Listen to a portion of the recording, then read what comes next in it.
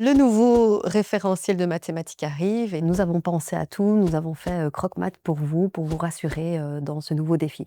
Je m'appelle Jawel Ouanassi, je suis professeure de mathématiques au Centre scolaire Notre-Dame de la Sagesse à Gansoren depuis 20 ans. Je suis auteure chez croque-mat depuis 10 ans dans les éditions Plantin. Donc aujourd'hui, les enseignants font face à un grand défi qui est le nouveau référentiel. Voilà, le défi, ça sera de comprendre d'où viennent les élèves, où ils veulent aller et comment les aider au mieux. Donc pour répondre à cette problématique, nous avons adapté la méthode croque-mat. On s'est basé bien sûr sur le référentiel et les programmes pour faire en sorte que ça soit le plus facile possible pour les enseignants. On a donné des méthodes de différenciation. On a vraiment voulu rajouter une partie théorique, structurée, claire pour que l'élève en difficulté puisse directement aller étudier la base. Donc des choses qui font que l'enseignant sera sûrement plus à l'aise dans ses classes sans avoir peur à chaque fois de se demander est-ce que c'est ou pas dans le programme. Alors les 3 avantages de cette méthode, c'est première chose, le fait qu'on respecte les référentiels, donc vous pouvez nous faire confiance. La deuxième chose, c'est la structure.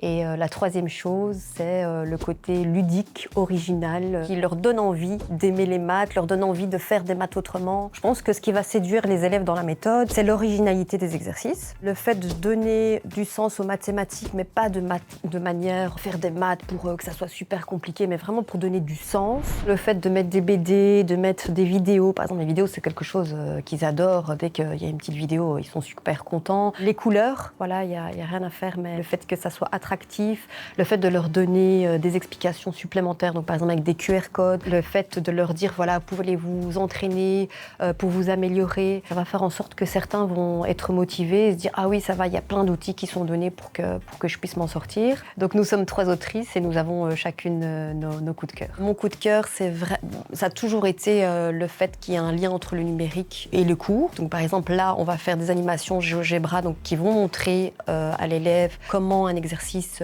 peut être construit. C'est visuel, ça parle à l'élève. Si je parle de mes 2 co-auteurs, c'est vraiment le côté ludique au niveau des jeux, faire en sorte que l'élève apprenne autrement. Et Gwen, c'est plutôt le fait qu'à la fin du Je me teste, ce qu'on a rajouté, c'est que l'élève peut s'auto-évaluer. Donc d'abord, il fait le Je me teste et dans le Je me teste, on a mis tous les objectifs que l'élève doit atteindre dans le chapitre. L'élève peut plus facilement cibler les exercices qu'il n'a pas compris, pouvoir y remédier. On a vraiment mis l'accent sur les nouveaux programmes, se dire mais qu'est-ce qui va faire en sorte d'aider les professeurs à pouvoir donner cours plus facilement. Ça a été vraiment conçu par des enseignants par rapport à leur propre réalité pour des enseignants qui se disent bah oui, moi c'est vrai, c'est ça qui me manque dans ma classe.